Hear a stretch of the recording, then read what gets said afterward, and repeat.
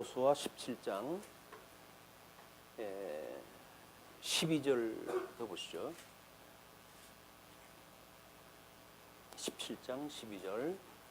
그러나 므낫세 자손이 그 성읍들의 주민을 쫓아내지 못하며 가나안 족속이 결심하고 그 땅에 거주하였더니 이스라엘 자손이 강성한 후에야 가나안 족속에게 노역을 시켰고 다 쫓아내지 아니하였더라. 지금 우리가 확인한 내용은 지금 요단 땅 서편 땅의 분배 내용을 확인해 가고 있습니다. 거기서 우리가 17장까지 지난 시간에 했는데 이제 대강을 설명하면서 그 14장 12절부터 18절까지는 그냥 지명만 있는 것이 아니라 내용이 있기 때문에 그걸 잠시 소개를 하고 넘어갈 계획을 세웠습니다. 일단 우리가 이제 이 정복한 땅, 그다음에 미정복한 땅, 이제 이게 되어져 있어요. 이 두 개가 끊임없이 우리 신앙생활 해가는 중요한 건 이정표가 될 수도 있다고 보여집니다. 왜냐하면 하나님께서 우리를 창세전서부터 예정을 갖다 하셨어요. 이 예정을 갖다 했는데 특별히 선택하기로 예정한 자들은 하나님께 때가 되면 우리를 갖다 부르십니다. 그래서 우리가 소명이라고 이렇게 이야기를 해요. 우리를 부르시고 그렇게 됐을 때 우리는 죄인인 걸 깨닫고 하나님 앞에 회개를 하게 됩니다.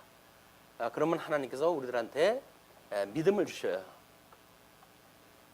그 믿음을 주신 우리들이 하나님 앞에 의롭다고 칭함을 받는 이 의롭다고 칭하게 되어진 이걸 통해 가지고 이제 하나님이 아버지라고 부르게 되는 양자의 삶을 사게 되죠.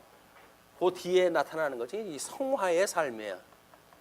이 성화의 삶은 이제 우리가 예수님을 믿고 그리고 우리 주님이 부르시는 날까지 가기 때문에 이 영역이 우리 삶의 모든 해석 부분이 있는 게 여기입니다. 여기까지 그냥 논리적으로 이렇게 되어졌다는 이야기니까. 그런데 이 성화의 단계를 거치게 되면 하나님께서 견인하시고 그리고 드디어 영화롭게 저 창세전에 예정하신 대로 영화롭게 우리를 갖다 해가시는 것이 하나님의 뜻이에요. 그런데 우리가 이게 하나님의 아들이 되어졌다라고 하는 것을 예수님이 성취하신 사건을 이거 언약자손의 성취라고 이렇게 이야기를 합니다. 언약자손. 신약 우리 구약 성경에는 언약자손으로 해가지고 이삭의 아들인 12지파를 통해 가지고 이제 언약자손을 약속을 하는데 이게 12지파예요. 이 12지파가 바로 예수 그리스도를 이야기하는 겁니다. 예수 그리스도. 왜? 언약되어진 자손이란 말이에요. 예수 그리스도가. 그래서 예수 그리스도를 보내주셨고 예수 그리스도가 가나안 땅을 건너게 되어지게 되면 이 가나안 땅, 요단강을 건너게 되면 요단강을 건너서 가나안 땅에서 이제 하나님의 선민국가로 해가지고 이걸 이루어 사시죠.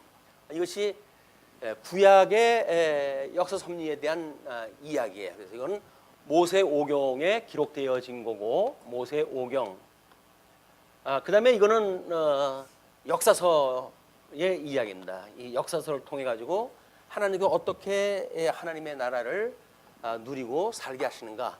뭐 이걸 우리는 크게는 예수 그리스도의 강탄, 그다음에 고난, 죽으심, 부활이라고 하는 이런 역사적 맥락으로 이해를 갖다 했죠. 이 역사적 맥락으로 이해를 갖다 했어요. 자, 그러면 우리가 예수님의 이런 우리 복음서에서 이런 사역을 갖다 하셨는데 이걸 믿고 우리가 여기까지 이르게 되어진 거예요. 그렇죠? 우리는 주는 그리스도시고 주는 그리스도시고 살아계신 하나님의 아들이십니다. 라는 신앙 고백 위에 기초 위에 주님의 몸된 교회를 세우겠다. 근데 이 교회는 어떠한 음부의 권세도 무너뜨리지 못하도록 하나님께 하시겠다는 이야기 아닙니까? 이런 약속에 의해 가지고 이제 주님의 몸된 교회가 세워졌어요. 그렇기 때문에 이 원리가 결국은 성도들의 삶으로 그대로 이제 등장이 되어지는 겁니다. 하나님께서 우리들을 이 영과 그다음에 육과 그다음에 마음과 이렇게 지으셨는데 죽었던 이 영이 죽어져 있던 우리들의 영을 저렇게 우리 믿음을 보시고 의롭다고 칭해 주시고 하나님의 아들로 삼아 주셨을 때 우리는 이 죽었던 영이 살아났다. 그래서 우리 중생이라고 이렇게 이야기해요. 중생. 이거는 예수 그리스도와 연합이라고 이렇게 이야기합니다. 뭐 신합 어떤 그 신비로운 연합을 이야기해가지고 예수님 보고 우리가 연합의 그런 그 장면이 뭐고 뭐 이런 신비적인 거가 그래 영양가 있는 이야기는 아니에요. 그냥 우리가 예수님 보고 연합됐다, 그냥 한 몸을 이루었다 그 이야기 아니에요. 왜냐하면 예수님과 함께 죽고 예수님과 함께 살아났으니까 그것을 연합이라고 이렇게 이야기를 하는 거예요. 다른 말로는 세례라고도 이야기를 하는 거예요. 세례. 예수 그리스도와 함께 죽고 함께 살아나가지고 새로운 피조물이 되어진 것, 하나님 나라의 백성으로 이제 살아가게 되어진 겁니다. 우리가 이 백성으로 살아가기 때문에 정복되어진 거라고 한다면 여기까지 하나님께서 이미 예수를 그리스도로 보내주셔가지고 이 복음서에서 나타났던 예수 그리스도의 그 이야기를 우리가 믿을 때 주님은 그렇게 이야기를 하죠. 내가 하늘에서 별이 떨어지는 걸 보았다 이렇게 이야기를 해요. 우리 사단이 더 이상 공중권세 잡았던 자들이 그 있을 때로부터 쫓겨가지고 세상으로 이제 내려오게 되어지는 거거든요.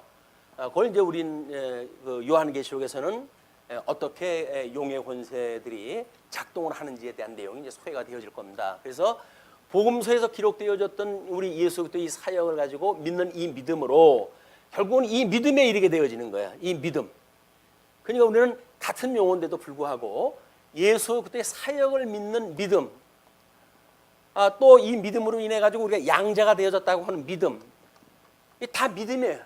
이게 근데 믿음이라고 하는 걸 어떤 하나에 국한을 시켜버리게 놓게 되면 우리가 난 믿어가지고 예수 믿었어. 그러면 난 구원을 다 받았어. 라고 이걸 정의를 갖다 끝내고 말아요. 그러나 그 믿음은 또 믿음에 이르게 되어지기 때문에 구약 성경에서는 이거를 출애굽을 갖다 했을 때 이스라엘 백성들로 하여금 출애굽을 갖다 했을 때 유월절을 지키게 하잖아요. 그 유월절 어린 양이 뭡니까? 그 어린 양의 피가 대속의 피란 말이에요. 이 유월절을 통해 가지고 그들이 가나안 땅까지 들어오는 하나님의 백성으로 인쳐졌고 그리고 하나님 나라의 가나안 땅을 들어와서 살게 되어지는데 그 나라가 결국 아무리 여기서 이제 창건되어졌던 나라도 분국이 되어지고 급기야 이 유수되어지는 이런 상태 속에서 회복이 약속되어졌고 이것이 구약 역사서의 이야기예요. 역사서의 이야기이기 때문에 이 역사서에서 북쪽 이스라엘은 완전히 멸망이 되어졌고 남쪽 유다가 바벨론의 포로로 끌려가서 만약에 회복이 된다 할지라도 12지파의 회복이 안 돼요. 북쪽 이스라엘은 다 멸망이 됐기 때문에. 그래서 하나님은 요시야를 통해 가지고 북쪽 이스라엘의 10지파를 불러와요. 그리고 남쪽 유다와 함께 저 유월절 이걸 하나님의 저 우리를 불러내셨던 은혜를 깨닫게 했던 유월절을 잊어버리고 살았던 이스라엘 백성들한테 유월절 절기를 지키게 해요. 그 이야기는 흩어졌던 10지파가 드디어 남쪽 유다 지파와 뭐 이제 그 한 지파로 해가지고 12지파의 회복이 되어진 겁니다. 그러니까는 유월절 저 옛날에 모세를 통해 가지고 출애굽을 했을 때 지켰던 그 유월절은 그것이 우리 하나님께서 우리를 이런 믿음을 가지고 우리를 구원을 갖다 해주셨어요 라고 하는 것이 믿음이에요. 유월절 믿음, 예수님의 어린 양이 우리를 구원했어요 라고 하는 그 믿음으로 결국은 이 믿음에 이르게 되어진단 말이에요. 그냥 우리는 끊임없이 여기서 세례를 주고 또는 성찬을 하고 이 교회에서 끊임없이 성례를 갖다 한다는 이야기는 뭡니까? 끊임없이 이걸 기억하는 일이에요. 우리 저쪽에 죽었던 우리가 살아났다고 하는 사실을 끊임없이 이걸 통해 가지고 기억하는 일이거든요. 단순히 뭐 포도주고 뭐 카스테라고 이런 그 의미가 아니라 이거는 정말 죽었던 내가 살아났다고 하는 자기 확신에 대한 그런 그 일이기도 하고 그건 자기 확신에 의해서 더욱 믿음을 굳게 해가는 일이기 때문에 성례가 그렇게 우습게 여길 그런 그 일이 아닙니다. 그런데 이제 형식 논리로 우리가 빠졌을 때 성례가 의식화되어지고 이렇게 되어지면 본질이 없어졌기 때문에 그 성례에 대한 걸 우리가 강하게 비판했다 했는데 이걸 신령성이 회복되어지는 성례라고 하는 건 매우 귀한 일입니다. 끊임없이 주님의 몸된 교회에서 성찬을 베풀고 또는 새로 입교하는 자들에게 세례를 주어가지고 성부와 성자와 성령의 이름으로 세례를 받았다고 하는 걸 선포했다 해요. 복음서에서는 너희들이 이제 만국의 백성들을 제자를 삼고 성부와 성자와 성령의 이름으로 세례를 베풀고 이렇게 명령이 되어져 있는 거예요. 그게 주님의 몸된 교회에서 좀 이루어지는 사건이거든요. 그러면 죽었던 우리가 살아났다라고 하는 걸 우리가 이제 믿음이라고 이야기를 해요. 우리가 믿었다. 이건 뭐 사실 아니에요? 그럼 지금 여기서 정복되어진 땅을 차지했다는 이야기가 죽었던 나라 살아났어. 그래서 이 사망의 권세로부터 다만 얼마간은 하나님의 생명의 세계를 나한테 주었어 라고 믿는 것이 적어도 중생한 사람들의 믿음이란 말이에요. 이건 온전히 쓴 것이 아니에요. 아직도 많은 부분들이 육체의 소욕에 의해서 우리는 장악이 되어져 있고 사망 권세의 종로로 설 수밖에 없는 거예요. 그게 12절, 13절의 이야기입니다. 13절 그 이야기가 뭐죠? 므낫세 자손이 그 성읍들의 주민을 쫓아내지 못하매 가나안 족속이 결심하고 그 땅에 거주하였더니 여기에 지금 가나안 백성들이 거주하고 산 거예요. 하나님의 땅을 우리가 가나안 땅을 정복했다 했는데 미정복 지역은 이들이 작정을 하고 산 거예요. 작정을 하고 살았기 때문에 지금 이스라엘 백성들이 힘이 약하잖아요. 이걸 치질 못하고 13절에 그렇게 연결되죠. 이스라엘 자손이 강성한 후에야. 그래서 믿음으로 성장이 되어진 이후에야. 이제 그런 그 이야기예요. 신약적인 해석을 한다면 그런 이야기가 되는 겁니다. 그렇게 해서 가나안 족속에게 노역을 시켰고, 우리는 아직도 이 육체의 소욕으로 가지고 있는 이런 것들이 여기서 이제 우리가 덕을 세우는 일 아닙니까? 그러면 믿음의 덕을 세우고 덕 위에 이 덕은 지식을 더하고 지식은 절제를 더하고 이 절제는 인내를 더하고 이 인내로 해가지고 결국은 우리들한테 하나님이 우리를 어떻게 섬기는 일인가에 대한 이야기예요. 이거는 우리는 이런 그 하나님 앞에 살아가는 덕성을 믿음의 열매를 일어나는 일들이 그냥 단순간에 뭐 뚝딱 해도 만들어지는 일이 아니에요. 끊임없이 과정을 가면서 이게 설명이 되어진다. 그래서 이 인내 위에 경건을 더하고 경건 위에 형제 우애를 더하고 그리고 여기에 사랑을 더하라. 이제 사랑을 더하라라고 하는 것이 믿음의 덕을 세우는 순서예요. 이게 그게 뭡니까? 우리가 죽었던 우리가 살아났어요. 그러나 이것이 아직도 강해요. 옛날 사망 권세에 있었던 집요한 사단이 우리들한테 이걸 놔주질 않은 거예요. 발목을 잡고 너는 내 자식인데 어딜 가냐? 너는 옛날서부터 내 자식이었어. 그 이야기에 왜 아담이 우리 마귀한테 이제 미혹을 당해가지고 죄의 종이 되어졌기 때문에 그 마귀는 우리를 아들이라고 그러는 거예요. 너는 내 아들인데 어딜 가? 너 내 말 듣고 살아야지. 라고 이야기했다 하는데 우리는 새 주인을 만나게 되어진 거 아니에요. 그게 우리 구주란 말이에요. 새 주인을 만났으니까는 이제 새로운 믿음을 가지고 살아가야 되는데 옛날 가지고 있던 이 거짓 정보, 육체의 소욕, 때로는 뭐 우리들의 이 과거에 누렸던 자유 이런 것들로 해가지고 여기에 자꾸 미혹이 당하는 거예요. 근데 너희는 믿음 위에 덕을 세워야 돼. 이 믿음만 있다고 하는 너희 믿음은 가짜야. 그 이야기야. 그러니까 우리 야고보에서는 집요하게 우리 믿음이라고 하는 것과 행위라고 하는 걸 대비시키잖아요. 뭐 갈라디아서나 로마서에서 보게 되면 믿음으로 구원을 받는다고 이야기하다 하는데 아니 야고보서에 가니까는 행위가 없는 믿음은 죽었다고 선언이 돼버리잖아요. 이거를 대단한 비밀입니다. 왜냐하면 그 유명한 종교 개혁자 루터가 이 모순을 극복을 못해요. 아니 그렇게 갈라디아서나 로마서에서 믿음으로 말미암아 구원을 받고 내가 전한 그 복음 이외에 다른 복음을 전하는 자는 저주를 받을지어다라고 선언을 갖다 했는데 야고보서에 가니까는 행위가 없는 믿음은 죽은 거야 라고 선언이 돼버려요. 그러니까 이걸 두 개를 다 묶어낼 수가 있어야 될 거 아니에요. 근데 묶어낼 수 있는 논리가 없어요. 그거 어떻게 할게요? 아, 이건 쓰레기 복음이야. 그래가지고는 야고보서를 그 자기가 독일어로 번역을 했다 했을 때, 우리 그 천주교에서 보는 외경이 있어요. 그거를 뒤로 몰아내면서 야고보서도 그걸 다 밀어버렸어요.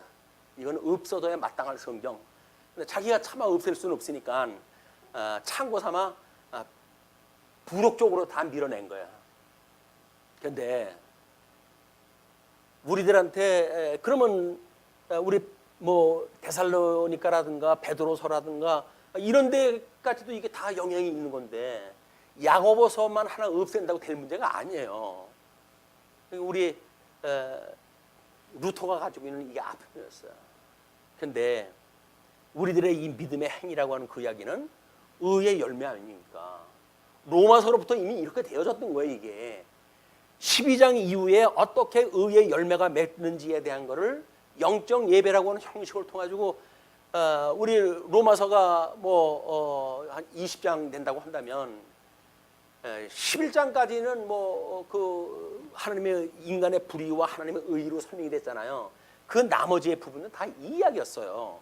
그런데 워낙 강하게 복음에는 하나님의 의가 나타나서 믿음으로 믿음에 이르게 하나니 오직 의인은 믿음으로 말미암아 살리라 한 것 같다 라고 선언이 돼버리니까는 로마서에 대한 거를 믿음이라고 하는 요쪽 믿음으로 이걸 한정을 시켜놓은 거예요.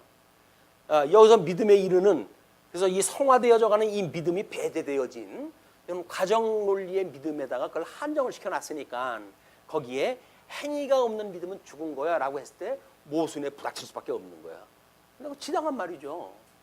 말씀을 듣고 믿음이 있다고 그러면서 행위가 없다는 건 가짜예요.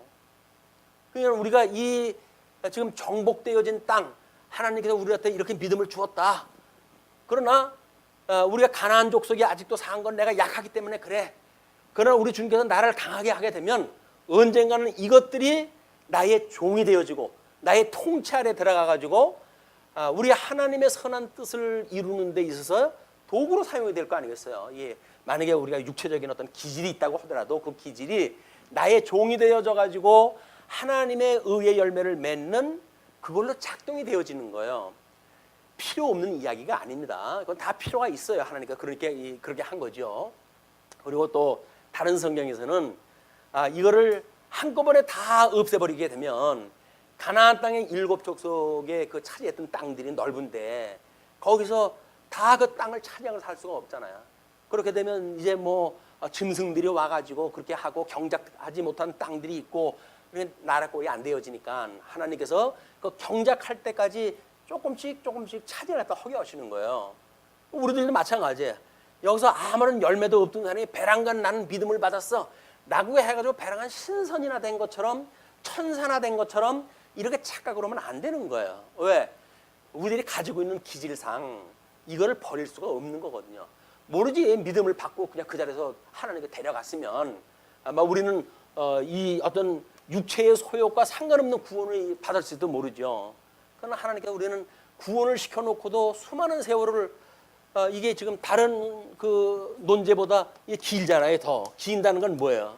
사실은 이거는 논리적인 순서지 순간적으로 된 거예요. 그냥 하나님 앞에 양자가 되어진 거는 순간적인 하나님의 섭리를 믿음으로 믿게 되어진 거란 말이에요. 그러나 이 성화라고 하는 건 끊임없이 시간과 공간과 형상이라고 하는 것하고 연결이 되어져 있어요. 그러니까 이 성화를 마치 내가 믿음으로 구원을 받았어 라고 하는 걸로 마감시키면 안 돼요. 유월절을 지켰던 사람들도 그래서 이렇게 나라가 결국은 다 무너지고 회복의 약속이 있기 때문에 이 바벨론의 포로로 끌려가기 전 얼마 전에 저 유월절을 지킴으로 해가지고 12지파를 회복을 이미 한 거예요. 신령한 의미로 해가지고는 12지파가 회복이 되어진 거예요. 그리고 바벨론의 포로로 끌려갔죠. 바벨론의 포로로 끌려갔는데 회복이 되어질 때 보게 되면 에스라, 느헤미야, 에스더서에서 언급되어지는 그 백성들의 이야기가 유다와 그 다음에 이스라엘이 온 이스라엘이 이 두 개가 다 언급돼요. 거기에 이제 우리가 문자적으로 보게 되면 그 이야기는 뭡니까? 유다도 북쪽 이스라엘도 다 회복이 되었다는 선언이에요. 그런데 숫자를 보면은 이스라엘 사람들이 숫자가 별로 없어요. 뭐 별로 없는 게 아니라 거기 있는지 없는지도 몰라요. 그럼 왜 이런 변화가 있을까? 아무것도 없는데 왜 이스라엘은 허명을 이렇게 기록을 허기하셨을까? 그러면 허명이 아닐 거 아니에요. 하나님의 이 기록을 갖다 허기하셨는데 이거는 12지파가 회복이 되어졌기 때문에 여기서 북쪽 이스라엘은 10지파가 제법 뭐 좀 행세하는 사람들은 다 끌려갔고 나머지 있는 사람들은 뭐예요? 별 볼 일 없는 사람이에요. 별 볼 일 없는 사람이에요. 나와 같이 도받댔자 별로 뭐 그 아수르에 의해서 영향력 미칠 사람들도 아니고 뭐 그렇게 해서 쿠데타를 일으켜가지고 뭐 나라를 당복할 사람들도 아니고 그러니까 민초와 같은 사람들이에요. 그냥 밥 먹고 살면 사는가 보다 하는 사람들이지 종교적인 어떤 결의가 있고 그리고 언약자손이라고 하는 이런 자부심을 가지고 아수르에 의해서 투쟁을 갖다 할 그런 사람들이 못 돼요. 그냥 하나님께서 내버려 두면 이제 그런 사람들은. 그런데 요시야 때 그 사람들을 이 대표로 끌고 와가지고 유월절을 지켰거든요. 그리고 남쪽 유다가 바벨론의 포로로 끌려갈 적에도 마찬가지인 거예요. 여기서 행세하는 사람들이나 끌어갔지 나머지 사람들은 데려가나 마나요. 데려가면 괜히 밥값만 축이 나지. 그걸 왜 데려갑니까? 힘써가지고 뭐 이 노예로 부려먹을 사람들, 또는 뭐 때로는 뭐 이 지혜가 축출해가지고 뭐 좀 써먹을 사람들, 관직으로 있었다든지 이렇게 해가지고 뭔가 좀 자기네들 바벨론 제국을 융성화시키는 데 도움이 될 사람들, 이런 사람들을 끌고 가지. 거기서 우리처럼 민초는 데려가지도 않아요. 유교가 나가지고 우리 기독교인들을 이북 사람이 제일 싫어하잖아요. 근데 이북 사람들이 죽이는 건 목사들 위주로 해서 죽이지 일반 성도는 다 죽이잖아요. 다 죽일 건 뭐 전쟁을 해요? 다 그래도 지네 나라 만들려면 지네들을 백성을 만들어야지. 그렇기 때문에 우리 공산당이 들어왔을 적에도 목사라든지 기독교에 아주 극단적으로 우리 이북을 갖다가 반대하는 사람들, 이런 사람들을 잡아가다 죽이고 이렇게 하지. 예수를 믿는데 너 예수 믿냐? 아무 교회 그냥 나갔어요. 뭐 이런 정도 사람들은 취급도 안 해줘요. 그냥. 아니 대적도 취급을 갖다 안 해주는데 우리는 구원을 받았다는 거야. 이게 구원을 받았다는 거야. 그러니까 대적이 보면 웃지 않겠어요? 야, 나는 네가 믿는 거, 난 네가 믿는다고 하는 말을 못 믿겠다. 네 믿음을 내가 어떻게 믿냐? 완전히 나이롱처럼 이렇게 사는데 난 널 믿지 않아. 그래가지고 죽이지도 않는데 나 혼자 믿는다고 우겨봤댔자? 마지막으로 하나님께서 보시면 웃으실 거예요. 너를 대적하는데 너 우습게 봤는데 네가 뭔 믿음이 있다고 나 앞에 와 있냐? 나는 너 도무지 모르겠다 그럴 거예요. 이게 그것이 심판 때에 나타나는 현상들입니다. 우리가 이 성화라고 하는 과정이 얼마나 치열하게 살아가야 되는지는 이 바벨론의 포로로 끌려갈 때의 그런 절박함, 그 이야기는 뭐예요? 우리가 지금 이 사단의 미혹을 받아가지고 넘어가는 거 아닙니까? 그러면 거기에서 우리를 이 시험에서 들게 하지 말아주세요 해야 될 거 아니에요. 이 포로로 끌려가는 데서부터 돌 끌려가게 해주지 마세요. 이런 걸 구해야 될 거 아니겠어요. 근데 뭐 저녁 때 다 회개 기도하면 다 끝난대요. 그래가지고 작정하고 만약에 우리가 여기서 적당히 산다고 한다면 글쎄 뭐 저야 뭐 격려를 갖다 해드리고 싶죠. 다 인간인데 그렇게 믿다가 또 뭐 하나님께서 마지막 날 우리 구원했다 하셔가지고 하나님 나라를 주실 겁니다라고 설명을 하면 좋겠죠. 그러나 거기까지 이를 건지에 대한 견인의 어떤 믿음을 우리가 가지고 있는지에 대한 거는 봐가지고 몰라요. 사람이 봐가지고는. 강론자도 이걸 보면 몰라요. 그러니까 그러려리라 믿고 이걸 이제 이야기를 하는 거예요. 우리는 다 이 양자가 되어진 믿음, 하나님의 아들이라고 칭함을 받았던 믿음으로부터 우리 예수님이 재림을 갖다 하시는 그날까지 우리를 주님께서 붙들어 주실 거예요.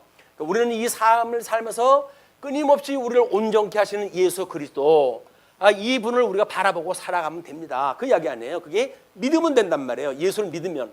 그러니까 죽었던 우리를 살려주신 분인데 항차 육체의 소욕에 우리가 이 약해가지고 이것 때문에 못 믿는 영역이 있다고 한다면, 아이 우리 주님께서 왜 온전케 하시지 못하겠느냐라고 하는 것이 우리의 담대한 믿음이에요. 예. 죽었던 나를 살려주셨던 분이거든요. 그러니까 비록 육체의 소욕에 의해서 우리가 미혹이 되는 이런 순간이 있다고 하더라도 주님께서는 나를 온전케 하실 수가 있는 분이야. 그렇지 않겠어요? 죽었던 우리 살려주셨는데 여기서 죽을 짓 했다고 마저 그냥 싹 밟아 죽이진 않으실 거 아니에요. 이게 믿음이란 말이에요. 아, 주님은 내가 약할 때는 여기에서 이자들에게 종로로 했지만 우리 주님께서 날 믿음으로 경건케 해가지고 끝내 이들을 나의 종으로 부려먹는 만물을 통치하는 통치자의 그런 하나님의 성도를 만들어 가실 뿐이다. 그러니까 세상 문화, 이 세상 모든 문화를, 아니 세상 이치가 다 그러는데 세상 모든 사람들이 다 그렇게 사는데 내가 예수를 믿는다고 해가지고 이걸 거슬러 살 수는 없잖아요 라고 이야기하는 건 맞지 않습니다. 내가 아직 믿음이 어려요, 그 이야기는 우리가 충분히 될 수가 있어요. 그러나 나는 믿음이 강하기 때문에 그런 믿음은 난 믿지는 않습니다. 이 문화는 세상이 다 주는 문화인데 뭐 거기서 그렇게 사는 거지요 라고 이야기하는 거는 굳은 믿음이 아니에요. 우리는 이 세속을 끊임없이 이제 우리들의 만물을 다스리라 라고 했던 걸로 예수님이 대주제가 돼가지고 온 만물을 통치하실 거 아니에요. 그분 안에 우리가 있다고 한다면 예수 그리스도 안에서 맺게 되어지는 우리의 믿음의 열매는 뭐라고요? 그게 통치할 수 있는 능력이에요. 그러니까는 너 내 말 들으면 안 잡아먹지 이래가지고 우리 세속적인 문화 속에 우리를 끌고 들어간다. 요즘 젊은이들을 보면서 그래도 집사님이 올렸던 거기에 보니까는 바이올린 키는 그 학생이 16살짜리래요. 16살짜리인데 멘트를 그렇게 했더라고요. 이 복음의 끝자락에 16년 전에 나를 부르셔가지고 하나님의 자녀를 삼아주시니 너무나 다행입니다. 왜냐면 자기 또래들의 문화를 보니까는 아닌 거예요. 전부 아이들이. 이 아이들이 좀 바르게 살았으면 좋겠어요. 지금 문화가 너무 어둡고 그런데 하나님께서 나는 그래도 이제 이 16년에 나를 이 땅에서 태어나게 했고 예수님을 영접을 하게 했으니 우리 엄마하고 나하고는 영원한 하나님 나라 들어가는 그런 그 생활을 했으면 좋겠어요라고 하는 마음을 담아가지고 이제 글을 썼고 거기다 이제 찬송가 연주를 했어요. 이제 뭐 보니까 꽤 많더구만 그 학생이 그 연주한 것이. 이거 전부 그런 거야.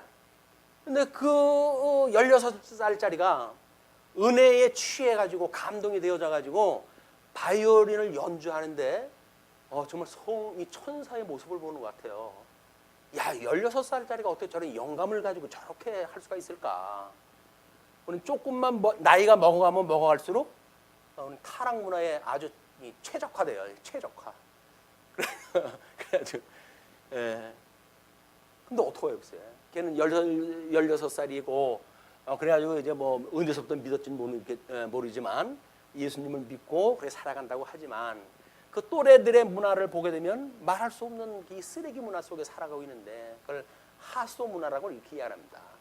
상소 문화가 있고 생명으로 공급되어지는 그런 문화가 있는가 하면 그걸 전부 배설하는 배설 문화 이런 것이 있기 때문에 우리 이 세속 문화를 과연 어떻게 해석을 하고 어떻게 살아갈 것인가라고 하는 것이 이 성화의 가정을 갖다 살아가는 우리들의 관건입니다. 우리의 모든 기도는 이거 기도예요. 여기에 기도예요. 우리를 시험에 들게 하지 마시고 이 악으로부터 우리를 구원해 주세요라고 하는 기도다. 그래서 이런 지금 정복되어진 우리들의 믿음과 그다음에 미정복되어진 땅을 어떻게 하나님이 나눠 주시는가에 대한 원리를 이렇게 이제 보는 겁니다. 그러면서 14절로부터 18절 보게 되면 더 많은 땅을 요구하는 요셉 지파가 이제 소개가 돼요. 요셉 자손이 여호수아에게 말하여 이르되 여호와께서 지금까지 내게 복을 주심으로 내가 큰 민족이 되었거늘 당신이 나의 기업을 위하여 한 제비 한 분깃으로만 내게 주심은 어찌함이니까 하니 지금 뭐 여호수아는 제법 그 이제 10지파의 북쪽 이스라엘에 그 된 사람들을 땅을 다 나눠줬고 그러나 지금 정탐을 갖다 했을 때 여호수아와 갈렙만이 지금 들어온 사람들 아닙니까? 근데 나를 다른 조그만 지파하고 한 지파로 같이 취급을 하는 거야?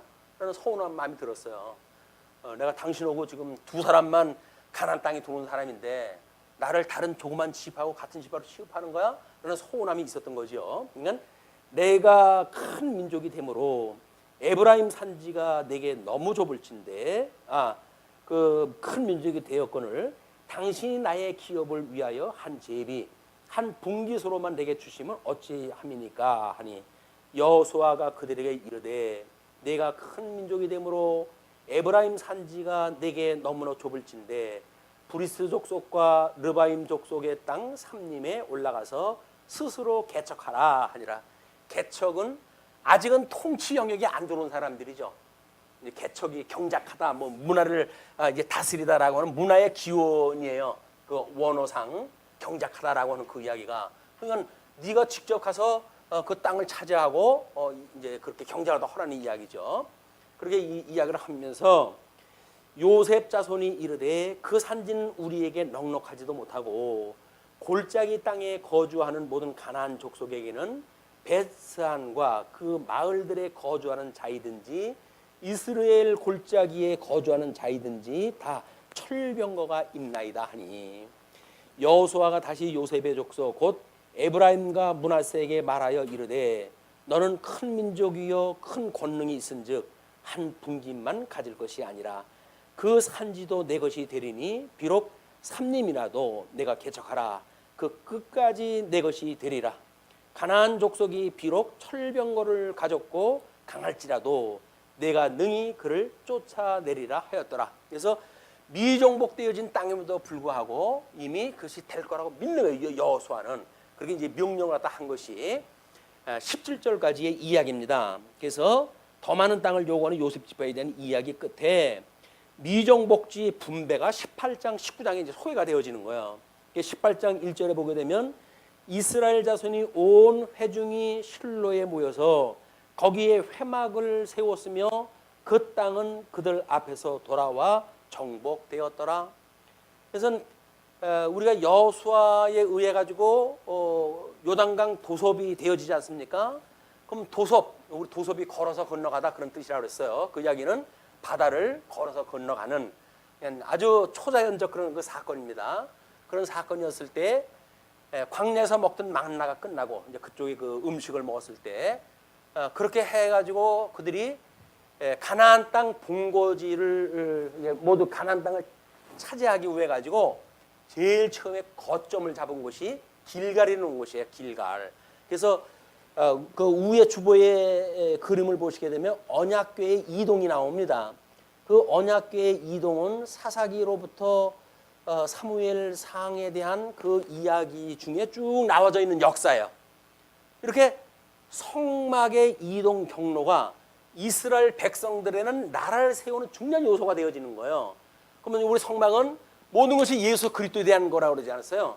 그럼 예수 그리스도에 대한 예표인 그 성막을 이스라엘 백성들은 어떻게 믿었고 어떻게 그거를 앞세웠으며 또 하나님께서는 그들의 의도와는 다르게 하나님의 뜻을 따라서 성막의 이동을 갖다 해가시는가. 그 그림을 우리가 미리 보시게 되면 길갈이 북쪽의 땅에 북쪽 땅, 그 북쪽 이스라엘 지역이거든요. 그것이 그 여정 쭉 여정으로 거쳐가지고 다시 회복돼 가지고 돌아오는 땅이 어디냐면 유다 땅이에요. 유다 땅으로 돌아오게 돼요. 그러니까 하나님께서 이미 북쪽 이스라엘과 남쪽 유다를 섭리하실 때에 북쪽 이스라엘의 땅에 대한 성막, 성소에 대한 그런 걸 끊임없이 움직이게 만들고 초자연적인 방법으로 다시 유대 땅에 안착을 했다 하는 여정을 하나님께서 만들어 놓으셨다. 그러니까 북쪽 이스라엘과 남쪽 유다 이거는 어떻게 보게 되면 정복지와 미정복지와도 연결이 되어지는 거지만 하나님께서 이스라엘 백성들을 차선을 따라서 시간대로 이렇게 이스라엘 백성들을 인도하시고 하나님의 뜻을 이루어 가신다. 그 내용을 보게 되면 인간의 욕심이 작동을 했다 하기도 하고 그걸로 내세워가지고 전쟁에 혹시 어떤 그런 부족처럼 성막을 우리가 앞세운다고 한다면 법궤를 앞세운다고 한다면 전쟁에 이기지 않을까라고 하는 인간적 착각도 가지게 하시고 결국은 그 사람들을 망하게 하시고 그리고 엉뚱한 다른 나라의 그들의 성전에 그걸 갖다 안착을 갖다 시켜놓잖아요. 그렇지만 오히려 그들의 성전의 목을 우상의 목을 자르게 하는 이런 기이한 역사를 통해 다시 돌아오게 하는 그런 역사를 우리가 보게 되어진다. 그러니까 지금 길갈에 그걸 진을 쳤다 그 이야기는 이스라엘 백성들이 이 땅 언약 거기에 특별히 성막이라고 하는 예수 그리스도를 예표로 하는 성막이 어떻게 이동을 갖다 해가지고 우리 사무엘상이라고 한다면 창건의 역사 아니에요. 다윗 왕국을 창건할 때까지 하나님의 역사를 섭리하셨는가라고 하는 어떤 주제를 염두에 두시고 이제 여호수아 끝나게 되면 사사기, 룻기, 그다음에 사무엘 상하를 공부할 때 다 기본적인 이 땅 언약을 성취한 베이스예요. 그 베이스에 의해서 하나님 섭리를 갖다 해가신다. 그래서 이스라엘 자손이 온 회중이 실로에 모여서 거기에 회막을 세웠으며 그 땅은 그들 앞에서 돌아와 정복되었더라. 그러나 이스라엘 자손 중에 그 기업의 분배를 받지 못한 자가 아직도 7지파라. 여호수아가 이스라엘 자손에게 이르되 너희가 너희 조상의 하나님 여호와께서 너희에게 주신 땅을 점령하러 가기를 어느 때까지 지체하겠느냐? 너희는 각 지파에 3사람씩 선정하라. 내가 그들을 보내리니 그들은 일어나서 그 땅에 두루 다니며 그들의 기업에 따라 그 땅을 거려가지고 내게로 돌아올 것이라. 그들이 그 땅을 7부문으로 나누되 유다는 남쪽 자기 지역에 있고 요셉의 족속은 북쪽에 있는 그들의 지역에 있으니 그 땅을 7부문으로 그려서 이곳 내게로 가져오라. 그러면 내가 여기서 너희를 위하여 우리 하나님 여호와 앞에서 제비를 뽑으리라. 이 제비 사건이 여기서 나오는 거예요. 제비가 물론 아론의 쌍난지팡이 사건이라든지 이런 것도 다 제비를 뽑아가지고 하나님 섭리가 다 해가시잖아요. 우리 제일 불만 없는 방법이 뭐라 그랬어요? 제비 뽑는 방법이라 그랬어요. 안 내면 진다 가위바위보.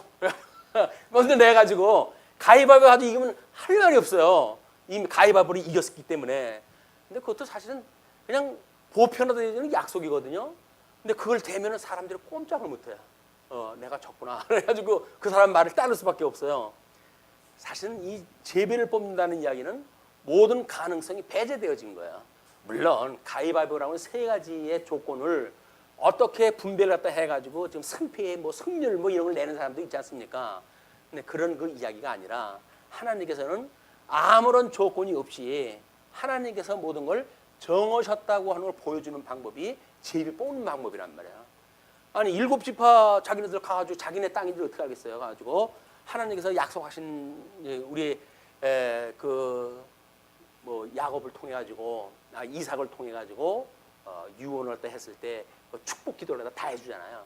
그 축복 기도에 의해 가지고 하나님께서 나한테 기름진 땅을 주신다고 그랬는데 그래서 지 눈에 좋은 대로 가가지고 이제 땅을 그려와요. 이제 그 땅이 여기서 지금 소개되어진 땅이고 이거를 이미 기업을 받았나니 그 8절에 그 사람들이 일어나 떠나니 여호수아가 그 땅을 그리러 가는 그 사람들에게 명령하여 이르되 가서 그 땅으로 두루 다니며 그것을 그려가지고 내게로 돌아오라.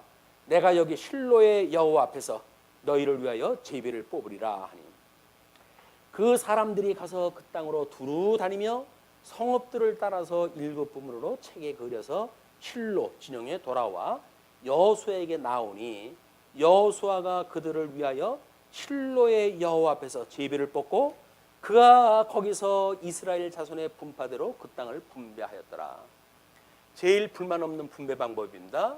본님은 먼저 어떤 분배의 조건을 만드는 사람 이걸 A라고 그래요. 그 다음에 이 조건을 선택하는 그 사람 이걸 만약에 B라고 합시다.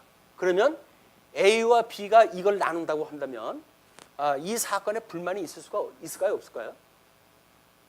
분배를 갖다 하는 조건을 A가 결정을 갖다 했어요. 분배 이렇게 할 거야 라고 했어요. 근데 그러면 선택은 네가 먼저 해 라고 이야기를 하게 되면 A의 꼼수가 이루어질 수가 없잖아요. 왜? 선택은 B가 하니까. 이것이 조건과 선택의 조건을 나누게 되면 불만이 아무도 없는 거야. 지금 이 미정복지에 대한 조건이 이렇습니다. 너희들 가가지고 땅에 그림 그려가지고 와. 근데 그 7부분 나눠서 그림을 그려왔는데 선택지는 제비 뽑아가지고 줄게. 여기서 불만이 없다고 한다면 아무리 자기가 어떤 의도를 가지고 그렸다고 하더라도 제비 뽑을 때는 엉뚱한 사람이 뽑을 거 아니겠어요. 이거는 불만이 있을 수가 없다. 그리고 불만이 없는 조건이라고 한다면 조건을 그려오는 사람들이 충직하게 그렸을 거예요. 자기 어떤 사심을 채우기 위한 여기서 그런 그 마음이 없이 솔직한 그림을 그려왔겠다.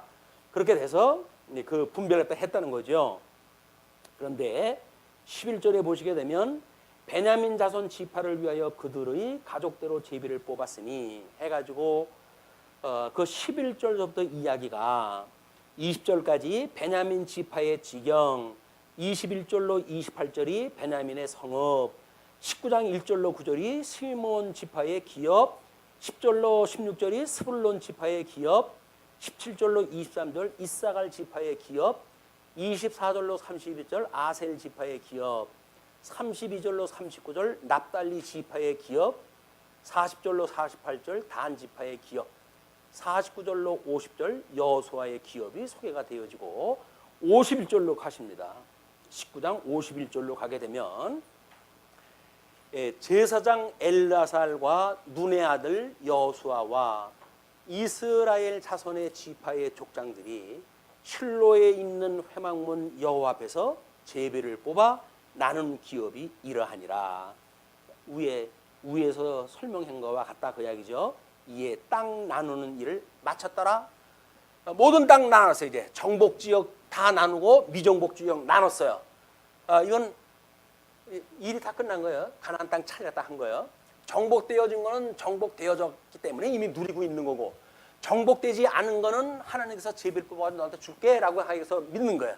그런데 지금 이들이 제비 뽑은 것이 그냥 자기네들이 보고 있는 그 그림, 이 그림을 그려가지고 그리고 자기네들이 선택을 갖다 했던 이 조건만인가?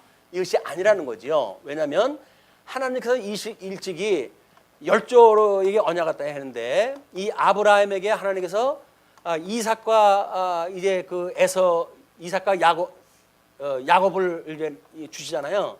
그런데 이 야곱에게 에서와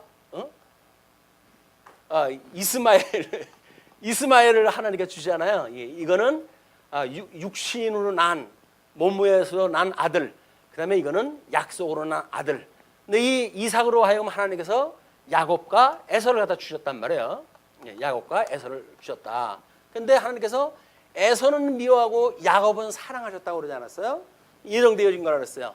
근데 이 야곱으로부터 해가지고 이제 12지파를 갖게 해가지고 이삭이 야곱을 낳고 야곱이 12아들을 낳았다 해가지고 언약자손이 만들어진 거 아니겠어요? 이 야곱이 예언을 갖다 했을 때, 축복기도를 갖다 주었을 때 12지파에게 축복되어진 것이 창세기 50장에 쭉 나온 거예요. 그 나온 거대로 되었다고 하는 코멘트를 지금 그 순서지 오른쪽 상단부에 있는 내용입니다. 뭐라고 그랬냐면 시몬 지파는 유다 지파의 지경에서 기업을 얻었는데 이는 그들을 이스라엘 중에서 흩으리라고 말한 야곱의 예언 성취이다 해서 창세기 49장 7절 말씀을 근거로 제시를 했고요. 이 지파는 유다 지파 내에 분깃을 얻는다. 점차 유다 지파로 흡수된다. 역대상 4장 23절로 43절, 4장 27절까지의 그런 그 내용으로 봤을 때 이미 유다 지파로 흡수되어지는 모습을 보게 되어진다. 그냥 흩어진다라고 했던 그 약속이 그렇게 성취되었다는 거죠.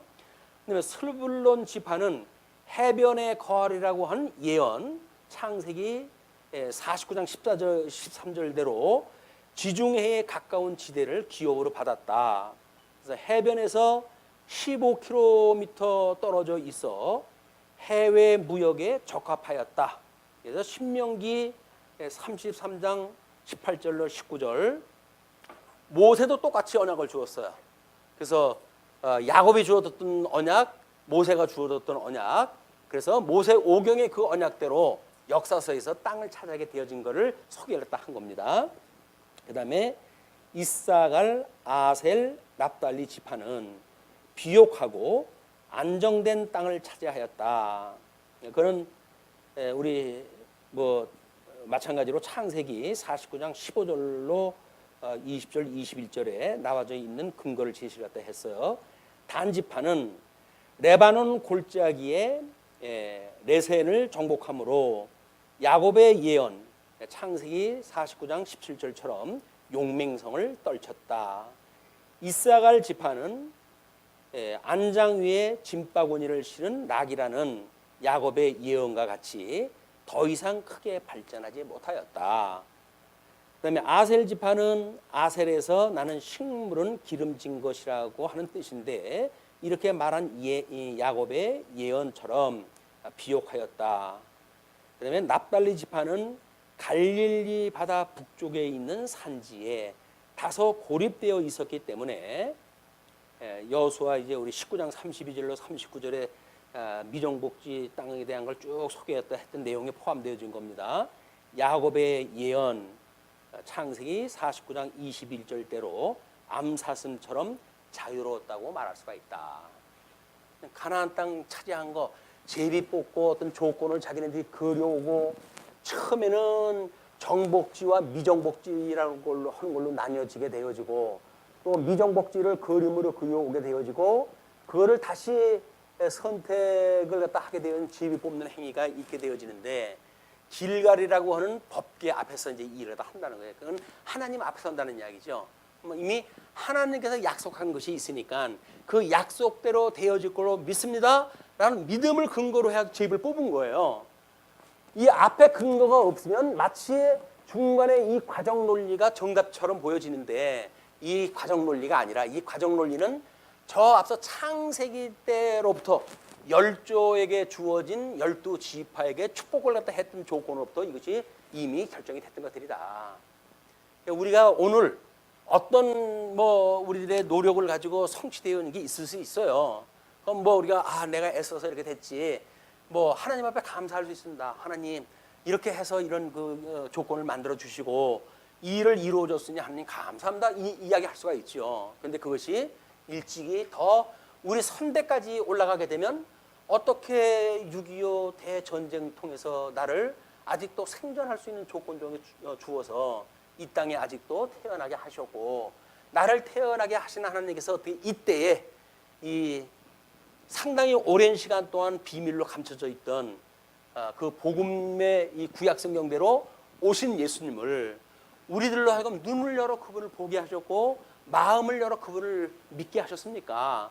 이게 온 우리들의 출생의 존재로부터의 모든 조건이 이미 결정이 되어져 있기 때문에 이게 난 거 아닙니까? 만사의 하나님의 은혜가 아닌 게 없어요. 거기서 내 생각대로 좋은 거는 취하고 나쁜 거는 배제시키고 그게 졸부근성이죠. 자기가 만약에 외정시대 때 자기 아버지가 머슴으로 살다가 일본 주인이 야 이건 네가 지금 관리 갖다 해야 되겠다. 나 본국으로 들어가야 되겠다. 들어갔어요. 언젠가 그 사람이 나올 줄 알고 그랬는지는 모르겠지만 이미 광복이 돼가지고 그 사람들 다 손 떠난 거 아니에요? 그럼 머슴이 그렇다 어느 날 그 재산을 몽땅 다 찾아오게 됐네요. 근데 그 머슴이 아들을 낳았어요. 아들이 나중에 공부 좀 하고 먹물 좀 먹고 이러다 보니까 자기 이거 가지고 있는 것들이 너무 놀랍고 이거 자랑스러운 거 아닙니까? 근데 족보를 보면 너무 창피한 거예요. 우리 아버지가 말똥이라고 이름이 올라가 있고 이렇게 되어지니까 아버지를 갖다 족보에서 지워버리는 거예요. 이것이 우리들이 현재 가지고 있는 상황이 현재가 현재만 속한 게 아니라는 거예요. 그것이 소위 영원이라고 하는 개념입니다. 영원이라고 하는 개념은 처음이요 시작이고 끝이고 처음이고 마지막이고 알파요 오메가라는 이야기거든요. 영원한 거기 때문에 그래요. 우리는 시간상으로 여기서는 우리가 차지를 갖다 했고 또 차지할 것이고 또 차지할 걸 믿고 살아간단 말이에요. 마찬가지로 우리 믿음의 생활도 하나님께서 우리들한테 이렇게 예수님을 만나고 예수님을 구속주로 믿고 살아가게 하시고 다행히 말씀운동 서울교회에서 우리 신앙생활을 하게 하시면서 이 생명의 말씀을 듣고 언젠가는 이걸 능히 이길 거라고 믿습니다 라고는 믿음을 가지고 살아가는 거 아닙니까? 만약에 저쪽에 우리 마카파 쪽에 태어나면 어떻게 됐을까요? 아니 뭐 나 구원받았는데 내가 어디가? 하나님이 한번 구원한 사람 뭐 멸망시키는 거 봤어? 내가 예정되었는데 내가 어디 가겠어? 라고 이야기를 하는데 하나님께서 개인이 예정되어졌다고 말한 데가 아무 데도 없어요. 그 이덕성이가 어디 성경에 나와요? 그냥 개인 구원의 선택이라든지 이런 게 나와져 있지 이덕성이 지목해서 나와져 있는 건 없잖아요. 근데 뭐 마치 자기 이름이 예정에 있는 것처럼 시큰 소리를 딱 하니까 그게 전부 헛소리란 말이에요. 성경의 이 절대 객관적인 진리를 자기 걸로 사유화하는 도둑놈 신보예요. 도둑놈 신보. 그걸 우리가 싸구려 복음이다 이렇게 이야기를 하는 겁니다. 우리는 지금 이것이 정말 하나님께로부터 온 거라고 한다면 이 나머지 땅이 하나님께로부터 완성되어진다고 하는 걸 믿고도 남죠. 이걸 어떻게 안 믿어요? 아니 이걸 믿으면서 죽었던 내가 살아났다고 하는 걸 믿으면서 아직도 불완전한 내가 온전하게 되어진다는 걸 못 믿는다고요? 그럼 가짜 믿음이라니까요. 죽었던 나를 살리셨어요 라는 건 가짜예요. 이게 진짜라고 한다면 우리는 온전케 하시는 예수도 믿을 수밖에 없는 거예요. 그냥 우리처럼 정답할 거 믿는 사람들 많지 않습니다. 이렇게 이 유수 때에 우리 그 요시야를 통해 가지고 이스라엘 백성들이 유월절을 지켰고 그래서 신령한 12지파가 회복되어졌다고 믿는 사람들이 없어요. 이 사람들이 다 어디 갔냐? 다 흩어졌냐? 아, 구약 성경은 원래 뭐 불완전한 거니까 이렇게 해가지고 모형적으로 완성된 걸 그려내지를 못합니다. 근데 우리는 이런 구조를 갖다 우리가 하나님께서 깨닫게 하셨잖아요. 그 얘기가 구약 성경의 해석뿐만 아니라 신약 성경의 실질적인 우리 삶에 와서도 마찬가지라는 거야. 나는 예수를 믿고 구원받았어요 라고 이야기하는데 아직도 내가 연약합니다. 그래서 끊임없이 우리 주님 앞에 기도하지요. 우리가 우리에게 죄진 자를 사해 준 것처럼 우리 죄를 사해 주세요. 우리를 시험에 들게 하지 말아주세요. 우리를 악에서 구해주세요 라고 끊임없이 기도합니다. 이걸 기도한단 말이에요. 왜? 온전케 하시는 분인지를 믿으니까. 그게 안 믿어지게 되면 아니 나 구원시켰는데 이제 내 맘대로 살게요. 뭐 그렇게 자잘구레한 것까지 신경 쓰시고 그럽니까? 대단하신 분이 구원시켜줬으면 됐지 라고 해가지고 딴 살림 차린다고 한다면 이미 그리스도 바깥의 사람이에요. 우리는 죽을 때까지 예수 그리스도 안에 있을 수밖에 없어요. 그거를 세상의 어떠한 피조물도 하나님께서 우리에게 주셨던 이 사랑으로부터 끊을 자가 없느니라고 하는 정의예요. 예수님 안에 있을 때 그걸 끊을 수가 없다는 이야기지. 이미 내가 스스로 나와가지고 나는 자주민임을 선언했노라 라고 해가지고 예수님하고 상관없이 여기서 산다고 주접을 떨게 되면 이미 그건 그리스도인이 아니란 말이에요. 뭐 대부분 사람들 그러고 살아가는 거 아니에요? 예수님이 나 구원시켰으니까 여기서는 어떻게 살지? 어떻게 이제 구원받았으니까 은혜를 갚는 마음으로 여기서 열심히 살아야지. 그게 예수 믿는 거 아니에요. 내가 할 수 있다고 하는 교만으로부터 만들어진 일이죠. 그걸 신율법주의라고 하는 거예요. 율법주의에 의해 가지고 그들이 구원을 못 받는 거나 예수님을 믿고 우리가 성화되어져 가는 거를 하나님의 세 계명을 옛 계명도 못 지켰던 우리들이 세 계명을 어떻게 지킵니까? 그러나 우리는 구원을 받았기 때문에 성령의 감동을 받으면 우리는 하나님 앞에 선한 열매 맺을 수가 있어요 라고 이야기를 하는데 그렇지가 않다. 온전케 하시는 예수 그리스도를 우리가 바라보는 그 믿음으로부터 이것이 만들어지는 일이지 결코 나의 자의적인 노력으로서 오는 게 아니란 말이에요.